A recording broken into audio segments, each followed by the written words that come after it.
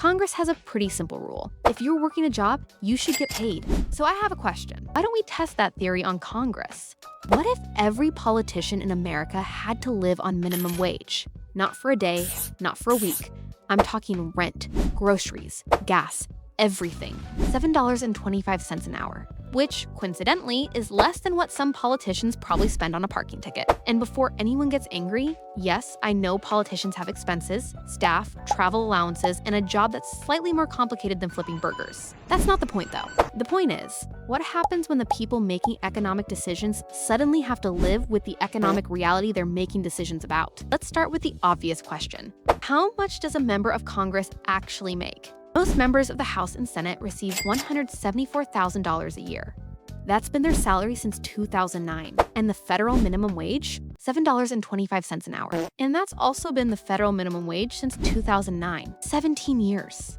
When it was last increased, Barack Obama had just become president. Avatar hadn't even been released yet, Instagram didn't exist, and the iPhone 3GS was brand new. So apparently, 2009 was a great year for political salaries. Not so much for minimum wage workers. If you work 40 hours a week, 52 weeks a year, at $7.25 an hour, you make approximately $15,080 a year before taxes. A member of Congress makes more than 11 times that amount.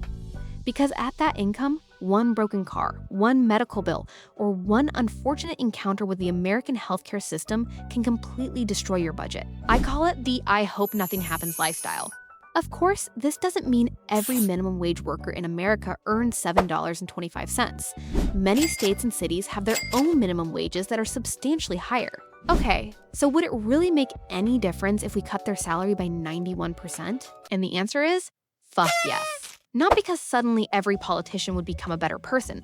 Unfortunately, $7.25 an hour does not come with a free personality upgrade. But it would change the incentives around politics. Housing would become very personal. If you're making $15,080 a year before taxes, housing isn't just an issue you discuss during a campaign. It becomes the thing eating your paycheck alive.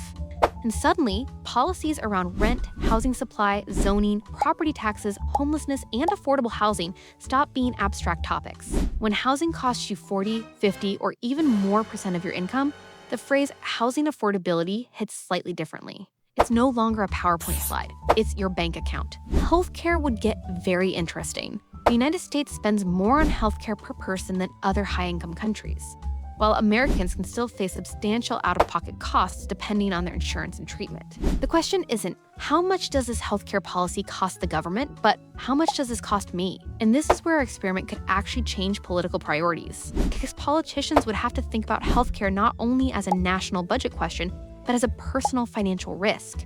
The minimum wage itself will become very hard to ignore. If you personally earn $7.25 an hour, you would probably have some thoughts about the fact that the federal rate hasn't changed since 2009. Now, would every politician suddenly support raising the minimum wage?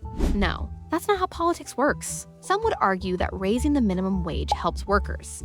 Others would argue that it could increase labor costs, reduce hiring, hurt small businesses, or contribute to higher prices depending on the circumstances. Those are real policy arguments. But imagine having that debate while your own paycheck is $7.25 an hour.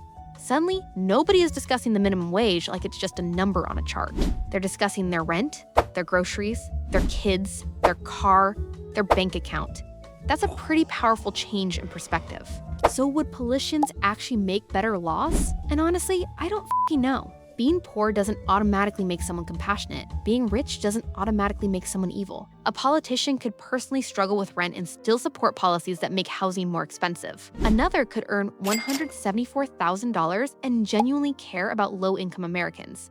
People are complicated. What it would do is change the incentives and experiences surrounding political decision-making. Imagine a Congress where politicians couldn't just ask, what does this policy cost? They'd also have to ask, what does this cost me? How much does food cost? How much does rent cost? What happens if I lose my job? Those aren't abstract questions anymore. They're survival questions. And that could change what politicians consider urgent. But there's one final problem. If we actually forced politicians to live on minimum wage, they might become much better understanding poor people. But we'd also risk making it much harder for ordinary people without wealth to become politicians in the first place. The problem isn't simply that politicians earn too much. The problem is that politicians and ordinary people can live in completely different financial realities. And maybe that's what we should actually be trying to fix. Not necessarily the size of the paycheck, but the size of the gap between the people making the decisions and the people living with them. Now that might change something. But unfortunately, who asked?